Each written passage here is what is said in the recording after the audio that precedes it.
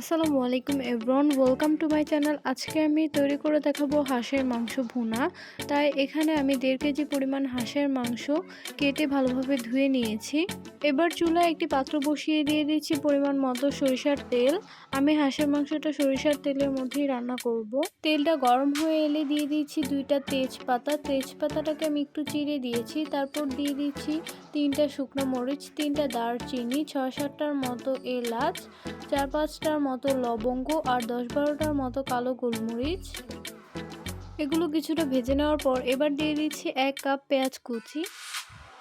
পেঁয়াজটা কিছুটা brown colour করে ভেজে নেওয়ার পর এবার দিয়ে দিচ্ছি 1.5 টেবিল চামচ আদা বাটা, 1.5 টেবিল চামচ রসুন বাটা, দিয়ে দিচ্ছি পরিমাণ মতো লবণ।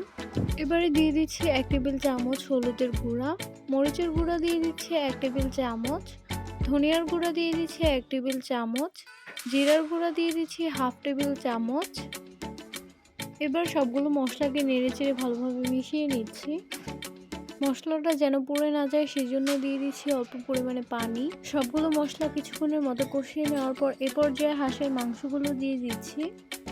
মাংসগুলো দেওয়ার পর এবার সবগুলো মশলার সাথে খুব ভালোভাবে নেড়েচেড়ে মিশিয়ে নিচ্ছি।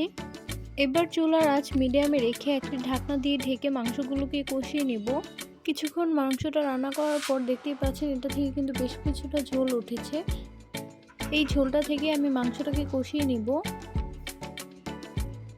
এবার আবারও একটি ঢাকনা দিয়ে ঢেকে পানিটা শুকিয়ে আসার আগ পর্যন্ত রান্না করে নিব। কিছুক্ষণ পরপর ঢাকনা উঠিয়ে নেড়েচেড়ে আবারও কিছুক্ষণ মাংসটা রান্না করার পর এর ঝোলটা কিন্তু শুকিয়ে গিয়েছে, মাংস থেকে তেলও কিন্তু ভেসে উঠেছে। এ পর্যায়ে দিয়ে দিচ্ছি কয়েকটা রসুন, সবগুলো আবারও একটু নেড়েচেড়ে দিচ্ছি।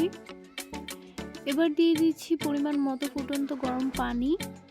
এবার আবারও একটি ঢাকনা দিয়ে ঢেকে মাংসটাকে সিদ্ধ হয়ে আসার আগ পর্যন্ত রান্না করে নিচ্ছি। কিছুক্ষণ রান্না করার পর এ পর্যায়ে দিয়ে দিচ্ছি পরিমাণ মতো কাঁচা মরিচ, দিয়ে দিচ্ছি 1/2 চামচ জিরার গুঁড়া। মাংসটা ভালোভাবে রান্না করা হয়ে গিয়েছে। এবার এটাকে চুলা থেকে নামিয়ে পরিবেশন করছি। তৈরি হয়ে গেল একদম সহজ পদ্ধতিতে হাঁসের মাংস ভুনা।